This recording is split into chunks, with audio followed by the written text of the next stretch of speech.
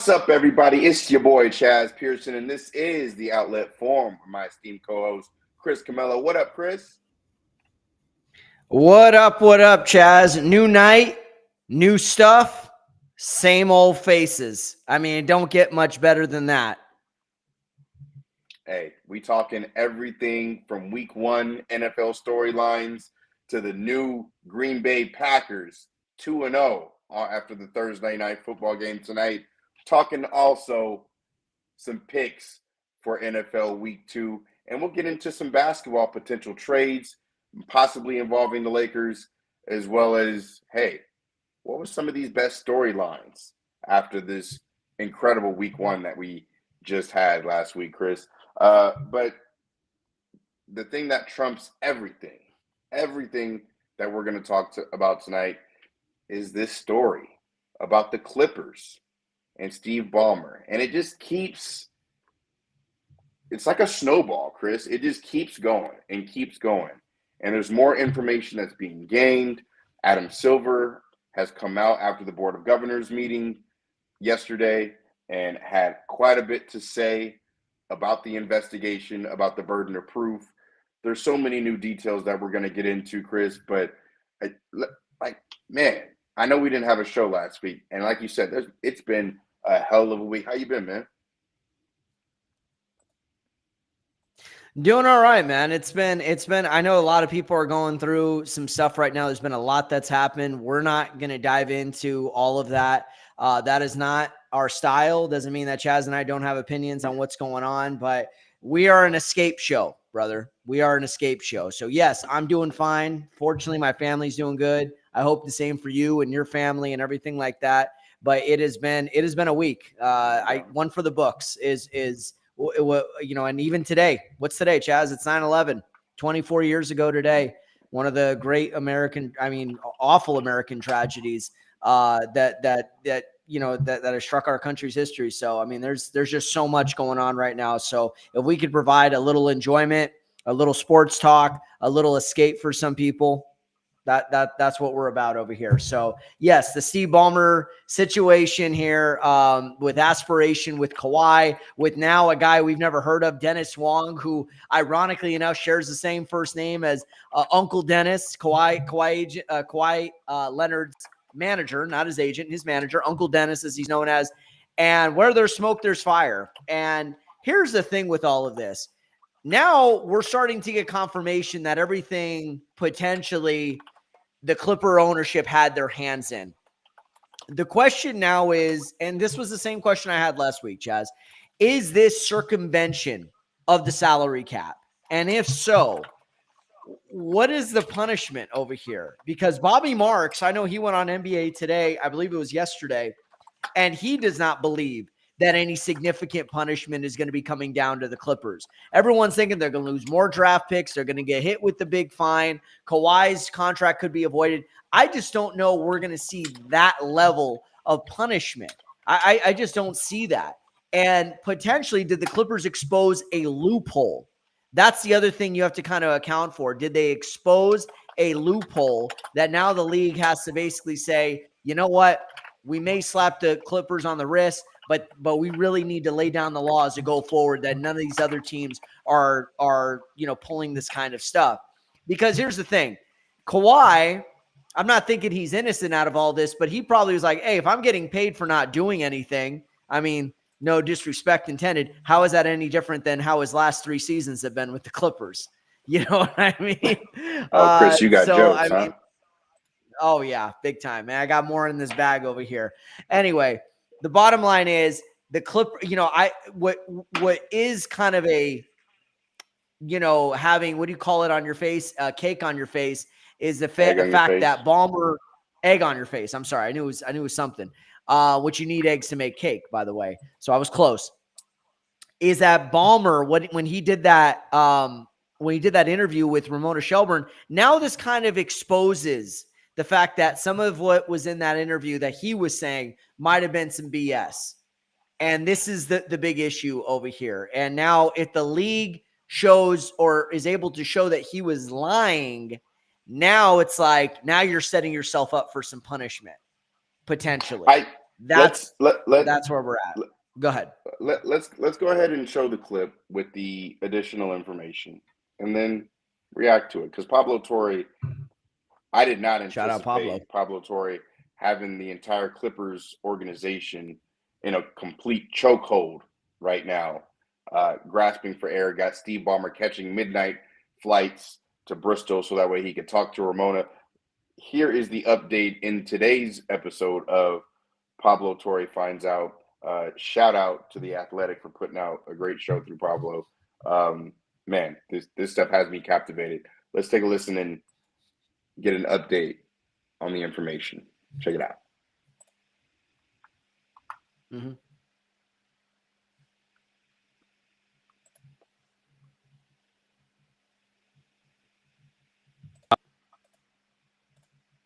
Into aspiration, made the company the founding partner of his basketball team's Dream Arena. Ballmer introduced his superstar Kawhi Leonard to the company, Aspiration.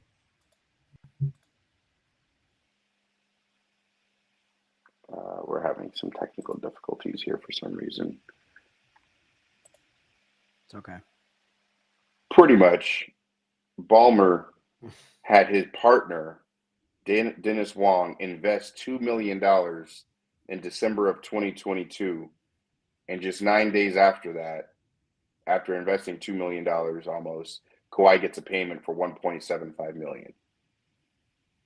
So there's $50 million that's going into the company. Kawhi gets 48, 20 in stock options, 28 in this no-show deal. And then and that payment was supposed to be broken down into quarterly payments of $1.75 million every quarter of every year for 4 years, essentially. So 2 payments in, the first payment is late by a month. The second payment is then not made until Dennis Wong, the only other partner in the Clippers with Steve Ballmer, who happens to be his 1975 roommate at Harvard as well, by the way. Kawhi gets that money paid through his LLC. Uncle Dennis is calling, getting the information regarding the payment, and this is the smoking gun. It may not be direct evidence linking Steve Ballmer to this payment to Kawhi Leonard, but it is definitely circumstantial evidence at the very least. Chris, what do you make of it, my man? Yeah, I think what this shows now is the fact that where the circumvention comes in is the fact that you are paying into this sponsor that is now paying your player. So essentially, Aspiration was a team sponsor, yes, and Kawhi was a sponsor of them. But when you are a direct owner, the whole point of the sponsor is for them to pay you, not for you to pay them, right? And now, not only are you paying them, that's going directly to that player. And he still has not done any sort of commercial, any sort of advertisement, any sort of placement or anything like that. So, yeah, this starting to get ugly. And by the way, shout out to Pablo Torre. I know he's been kind of, being dragged in the mud and everything like that recently by some of these owners. And I know Mark Cuban has done it. But you know what? This guy clearly has some legitimate sources. He has done his own research. And he would not risk his career, which, by the way, I mean, this guy got cut from ESPN. He's doing a podcast. So maybe he's feeling like I got nothing to lose. But at the same point in time, if you want this podcast to stick, this could make you or break you. And right now, it's looking like everything he's doing has been spot on so far. But once again, the league has to do their own investigation because some smell right here. And stuff aligns with what Pablo Torre is doing. And now we've got something. I think I got it queued up here, Chris. Let's go ahead and try one more time. According to the reporting, we have now shown how Steve Ballmer invested $50 million into Aspiration, made the company the founding partner of his basketball team's Dream Arena. Ballmer introduced his superstar Kawhi Leonard to the company. Okay. Clearly, it just doesn't want to work tonight, so we're just going to leave that clip alone. Here's what it is to me, Chris. Here's what it comes down to. Will Steve Ballmer face any kind of action from the NBA? I don't think so, because of all the positive things that he does for the NBA. I don't think he's going to be held accountable. I do think that somebody else is going to fall on the sword at some point, but it's not going to be Ballmer. It's not going to be the Clippers organization directly. But I'll say this, it's not trending in the right direction, because I feel like the more investigation and that is done and completed, because this is going to take months from this outside law firm that the NBA is paying to do, that he's eventually going to bill Steve Ballmer for all of these legal expenses, because it's an investigation into him. So it's very sloppy. It's very messy. It's very bad for business when it comes to the Clippers. And I just think it's very ironic. It can't just be a coincidence that the exact deal that is reported that you were asking for with the Toronto Raptors and the LA Lakers, that you got it when you went to the Clippers through this phony company called Aspiration.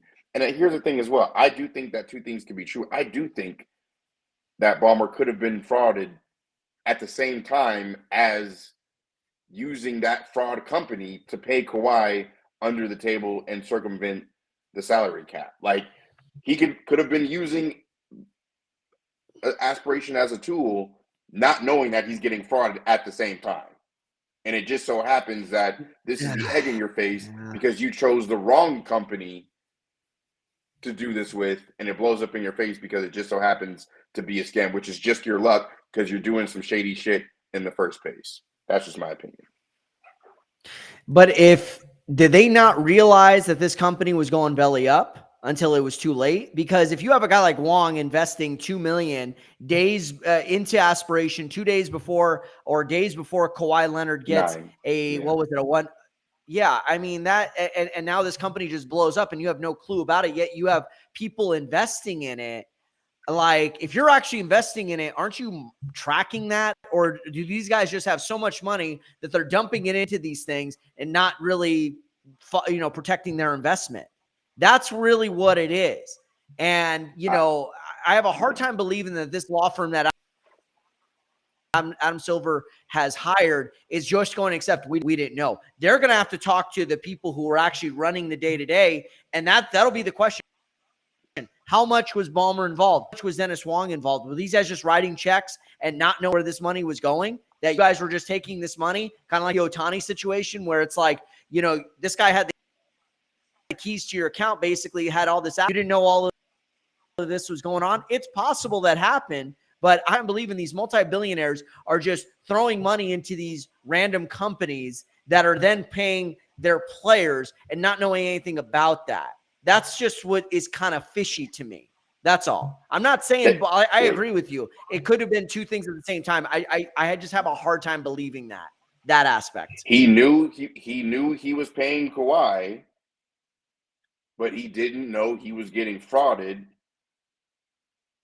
by the company in terms of using that company to fund Kawhi's additional payments. That's what I believe now at this point, unless more information comes out. Here's the thing. Let's talk about and the maybe there will. Let's just assume that they're guilty, because it's just, I mean, intent in the court of public intent in the court of public opinion, it's very obvious that Steve Ballmer knew something. How much he knew, we don't know exactly, but let's just take it on its face. You knew something. You did something. Somebody in the organization knew the Clippers circumvented the salary cap. How the owner and the richest guy in the league, 10th position in the world, doesn't know, I don't know, whatever. But let's say that you knew something. What does the NBA do about it? Do they throw the hammer at them? The Clippers don't own a pick until 5 years from now anyway. Do they void Kawhi's contract? Do they slap on the money that Kawhi got onto the Clipper salary cap? Like, what do you think happens, man? It's a good question. Obviously, if I'm Steve Ballmer, I'm thankful Adam Silver is the kind of man that he is, that he's all about building partnerships with the owners, building partnerships with the owners and the players. He has made his reputation on being very pro player. However, people forget he dropped the hammer in his first months in office on the Clippers and Donald Sterling, banning him, forcing the sale, and everything like that. So don't underestimate Silver. I think at the end of the day, what they need to figure out is, was this done with intent? I keep going back to that because that matters, Chaz. That matters in a court of law. Intent is everything. You know what I mean? Intent. But this is not a court of law, Chris. This is not a court of law. It's not. But if he and his law firm, or if the law firm finds out that they were doing this and they knew that they were doing this because of witnesses and everything like that, now that's a big deal, because not only were you guilty of circumvention, you lied to us in the process. You lied. And now we've got hard evidence here that says you did X, Y, and Z. And now you lose the trust. And now from that aspect, potentially a hammer gets dropped. But to be on the safe side, you get more of a punishment for lying about it than actually doing it. I think both. If they find out both, that shows intent. And in any case, you lose credibility. You know what I mean? And I think from that moment, you have got to do one or two things. Do I sweep this under the rug because many, other teams may do this and it may start a whole chain effect? Or do I drop the hammer in order to make sure teams don't pull this kind of crap moving forward? That's going to be the big question. Agreed with I said this at the beginning of the show. Do I think anything big is going to happen? Probably not, unless more information comes out to the point where Adam Silver gets pressure from the other owners who are playing by the rules and be like, you got to make example of these guys right now, of Ballmer and whatnot. You got to do something. Maybe not void Kawhi's contract, but do something with fines and picks and all that. Fines aren't going to do shit to the 10th richest guy. You have to cripple the Clippers salary cap wise, so that way they can't build out their team. You got Kawhi Leonard for the last 6 years, and you probably wouldn't have gotten him if you wouldn't have circumvented the salary cap. Pretty clear. But here's the thing. I will say this. With a franchise like the Clippers, they needed some salary cap circumvention in order just to even get any real players in that organization. And the irony is that they're absolutely stacked this year. They're not particularly favored to win the championship or go to the finals, but their roster is older, but pretty filled out on a wide basis. So I do think that the burden is on the league to find the proof. I think they will find it. It just depends on what they actually do about it. I'm not confident that anything is going to be done, but I'm hopeful because, hey, if you don't play by the rules, you shouldn't be acknowledged for being a great franchise. And they aren't a great franchise, just a little brother in a big city that's trying to stand up to this team right here. So it is what it is. Let's talk a little bit more about some basketball, Chris. The other team. Can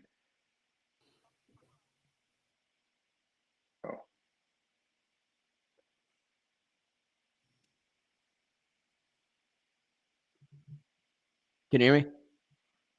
Yeah. The other team in LA, I was going to move on because we've been on that for a little while. Yeah. I was going to say, yeah, let's move on. Other team in LA might be rumored in a trade through Mark Stein. Some information came out over the weekend that Andrew Wiggins might be a potential trade target for the Miami Heat, with the moves that they might be making before the season or even during the season. Chris, should the Lakers be all in on Wiggins? And what should the price be realistically for a player of Andrew Wiggins' caliber at this point, given what he has left on his contract, his age, his production? What do you think? Yeah, I've never really been a big Andrew Wiggins guy. I think his entire career has kind of been underachieving for the most part, a former number one pick. He was supposed to be one of the big saviors in Minnesota. And early in his career, he really had some problems like carrying the team, which is understandable. It happens with some of these guys. They don't always turn out to be these elite stars that carry a franchise, a la LeBron James or Carmelo Anthony, or Anthony Davis did it in New Orleans for a number of years. It's very difficult to do that as a number one pick. I thought he figured some things out in Golden State and embraced the fact I'm not a star, but I could still be a star in a certain role. And I think once he bought into that, he was pretty good. I think he's at that stage in his career. Can he still help a team? Yeah, the last couple of years have been a little rough for him. I know he's had some issues off the court, the death of his father in one of his final years in Golden State. I know that loomed over him. This past year, he once again showed some inconsistencies, but I think Golden State was kind of done. He goes to Miami. Did he do well here with the Lakers? Yeah, I suppose he could. I don't exactly know what role he would fill, but could they use another, small forward who could, another big forward who could defend multiple positions? Yeah, perimeter defender. He could score a little bit. Not a great outside shooter, but not horrible. I think he would be decent here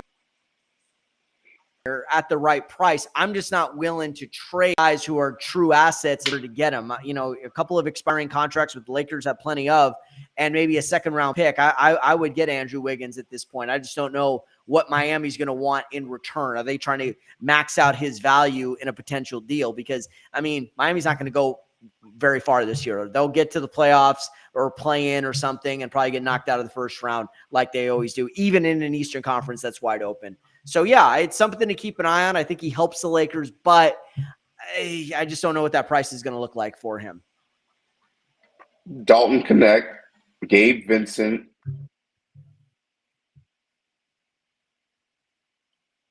Vando, and a second. Vando has 3 years left on his deal. I don't know if Miami want to take that on, but yeah. Yeah, I don't know, man. Just Wiggins. He was great in that finals. I don't want to lose Rui, but would you trade Rui, Dalton, and Gabe? If that even. My thing is Andrew Wiggins is. That's the thing. Wiggins is not enough of a lockdown defender, and he's not it's not a big upgrade over Rui Hachimura. You're going to trade Rui Hachimura to get Wiggins. You might as well keep Rui Hachimura. Now, if you're able, you brought up Gabe Vincent, like a Dalton Connect, something. Okay, I could deal with that. Given the fact that Miami just lost, who do they lose? Duncan Robinson? Duncan is somewhere, but he's not in Miami anymore. So if they probably would take a Dalton Connect. Yeah, let me look that up because I thought they traded Duncan Robinson. Detroit. And I'm saying they could Detroit. Okay, not Dallas. I knew it was a D team. I just couldn't remember which one. So 16, a Connect could essentially that loss that they had with Robinson. Wow. Yeah. Yeah, no, for sure. So yeah, I think that's something to look at. I think what the Lakers are trying to do at this point is to figure out ways, how do we put the best complementary players next to Luka Doncic? That's really the core of this argument. And maybe they feel that Wiggins could be to Luka with the Lakers what PJ Washington was to Luka in Dallas. Remember, PJ Washington, very much an under. Granted, I don't think he had the same expectations as Andrew Wiggins when he came into the league. However, when he got to Dallas, all of a sudden, and I don't know if it was because of playing with Luka and Kyrie or Jason Kidd's coaching or just new system, right fit, all of that stuff, but he looked great, especially in that 24 season. So I'm wondering if the Lakers think, well, maybe Wiggins could, he's proven he could play alongside other great players in Golden State. Now we put him into a great situation next to LeBron, next to Reeves, next to Luka Doncic, and he could have that similar impact and tap in to what made him so effective in 2022 and 2023 with the Golden State Warriors. We'll see. I'm not 100% sold on Wiggins, but I think that's the mindset of the Lakers right now and what's spurring this on. I just love that they're linked to good players that could potentially help them, even if they don't get them. The Lakers need clearly some bench help. I think their starting five is actually pretty good, but players 6 or 7 through 9 or 10 are definitely in the lower third of the league. So as a combined unit. So they do need a lot of depth, not just a little bit of depth. And I just like the fact that they're linked to good players, and we'll see if they actually get anybody. But training camp should be good. And the fact that Luka Doncic was absolutely balling in Eurobasket, even though Slovenia is out of the tournament now. Luka looked absolutely amazing, and he looked efficient more than anything. He looked great in terms of what he normally does, but he just looked really efficient and crisp and just on point. So I love that he got out of there unscathed.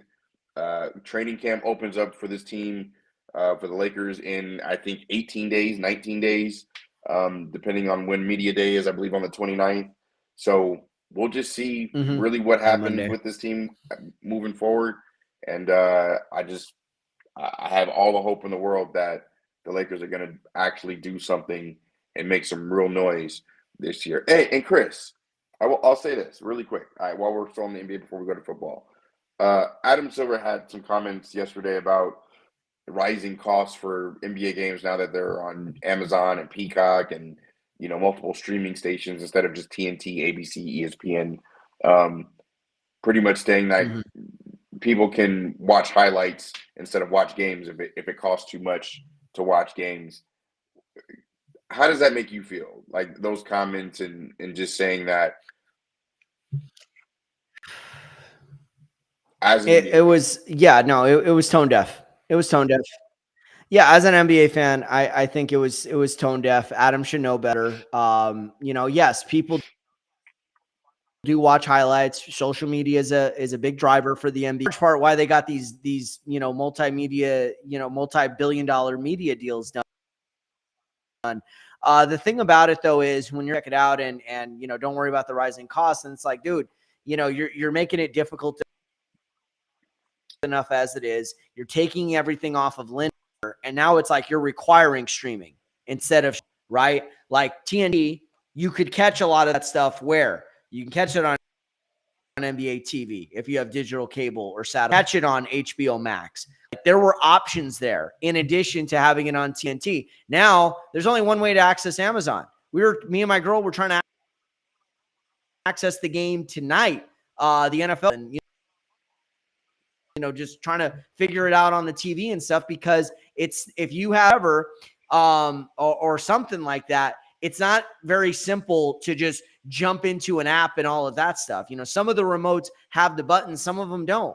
So everyone accesses things differently between cable, between smart TVs, between Roku's or Fire Sticks or whatever. You know what I'm saying? And it doesn't correlate well with the actual television, right? So my point being is, when you have those struggles as it is, plus the rising costs, plus like something else we have to pay for, and you're just like, oh well, if you can't afford to just watch the highlights, like, dude, come on, don't be a jerk like that. Be better, Adam Silver. Yeah, tone deaf, but just like unaware, and maybe that's not how he meant to come across, but you got a lot of working stiffs that make up is the reason why your league is as popular as it is. You know what I mean? That makes up the majority of your fan base. Treat them with some respect and at least pretend that you care. I'm not saying you have to care. Pretend that you care, at least sometimes. Adam Silver's like, we got this money and we not giving it back. So sorry about it. Sorry, not sorry.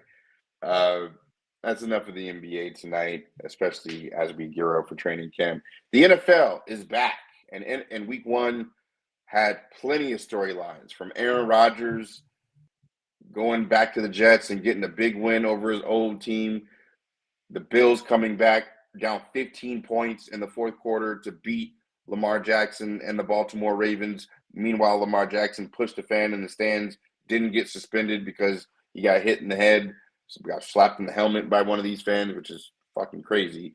And then Kansas City losing last Friday in Sao Paulo in Brazil to the Chargers, who I think are going to go 2-0 after week two, after they play the Raiders in Vegas. Chris, which one of these storylines was your absolute favorite coming out of week one?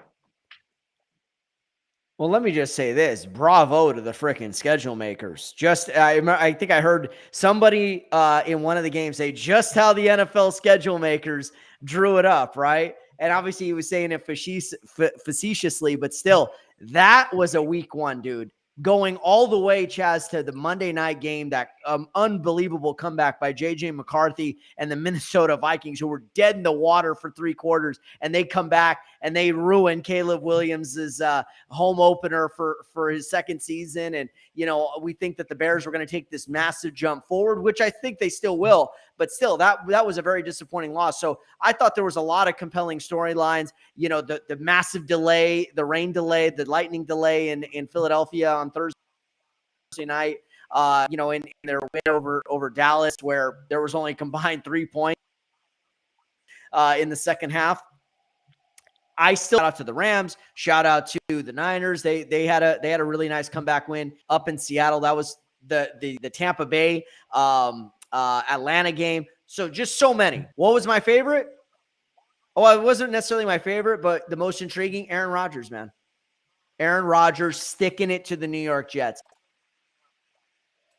I really thought that game was going to be a 14-10 slog. Rodgers is diminished. Right? Defense.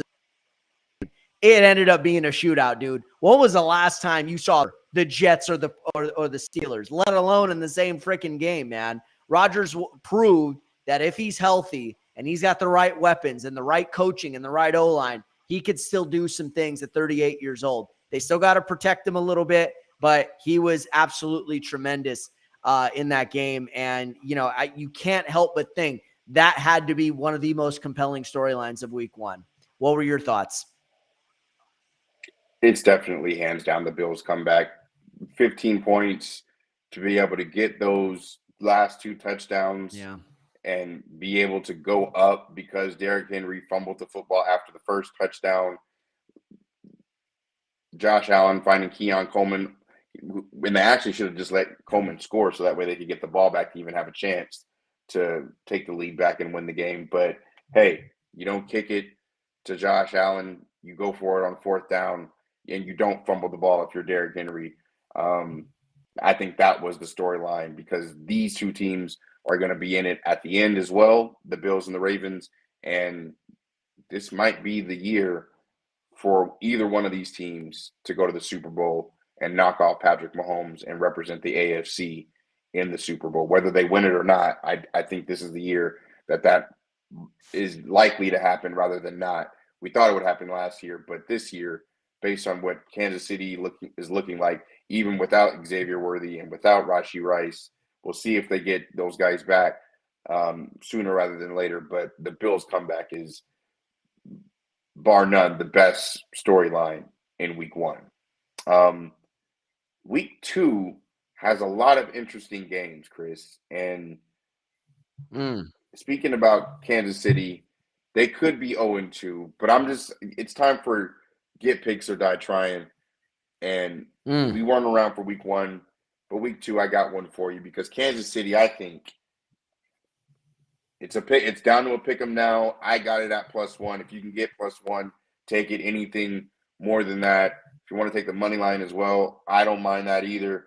But Kansas City +1 at home as an underdog against the Philadelphia Eagles. I do think that they squeak out a win against the Eagles. They're going to be fired up coming off of a huge loss to the Los Angeles Chargers. Almost wanted to call them San Diego again. And I do think Kansas City will have the win of the week coming out of week 2. What do you think about this pick, man? Yeah, it's a good one. It's a good one. I think that's going to be the game everybody's watching. Super Bowl rematch, up in KC, back at home, not being down in Peru. The big question is going to be Xavier Worthy and how he plays or doesn't play, because as of right now, separated shoulder is not putting him on the IR. And I should know he's on my fantasy team, so I'm still on whether or not I should start him this week. But yeah, that's a good game right now. You say you're taking the Chiefs in that one and a comeback. I think that's a solid pick right there. The Eagles did not look super convincing. And some of that you could, mark to the delay and whatnot, but also too, he wasn't utilizing Brown and Smith, his number one targets, Jalen Hurts. So that was really interesting. And yet they were still able to pull out the win. So, was that just first week, a little rusty, a little tired, championship hangover, and still find a way to win? You could look at that glass half empty, half full. I think we're going to find out a lot about the Chiefs. And if they don't respond, maybe there's some concerns there. If you're the Kansas City Chiefs, if they come out and they're able to, use that motivation of last year's embarrassing Super Bowl loss, and they open up a can of whoop ass on the Eagles. Now it's like, okay, Casey's fine. Everyone could just kind of take off their worry hats for a little bit. The game I'm looking forward to, my friend. I think this will be an interesting game as well. I'm actually looking forward. Falcons and Vikings. Two young quarterbacks. Penix in his second year. I guess technically McCarthy is too, but is essentially a rookie. So that'll be a good one. That'll be Sunday night game. 4.5. Vikings are favored by. Not anymore. I think they cover, but I think Atlanta's going to play well. What is it? 3.5 now. Oh, you're picking Atlanta or you're picking Minnesota? I think I'm going to take Minnesota in that one. Minnesota, Atlanta's defense, they came to play, but I don't know if they're going to be able to carry that momentum home with them or from home onto the road. And I'm interested to see what JJ McCarthy does at home. I think that's going to now be a much more intriguing matchup. And these two quarterbacks are essentially now the future of their respective franchises. I think that's going to be a very intriguing Sunday night matchup. And Penix looked good, man. I know they didn't get the win in week one. Baker Mayfield ended up making a few better plays. They missed the kick from 44 yards. I was young, and they're auditioning kickers this week. Unfortunately, our guy Raheem Morris came up short, but I like Atlanta. And I think even if they lose game, you want to see Penix continue to make the progress. And right now, Chaz, neither of these guys are showing any fear of the moment. So I think this will be a really fun game to watch on Sunday night. But I got the Vikings covering. All right. You got the Vikings minus 3.5. The line right now, as it stands, is at 3.5. Or it was at 4.5. But more people are taking the Falcons. Yeah, I know. A lot of people took the Falcons last week, too, against Tampa. Yeah. So we'll definitely see about that. Well, I can't wait for NFL Week 2. Thank you guys for tapping into another great episode of the Outlet Forum. Chris, tell them where they can follow you, my man. Well, first of all, follow us at the Outlet Forum on X, on IG, on YouTube.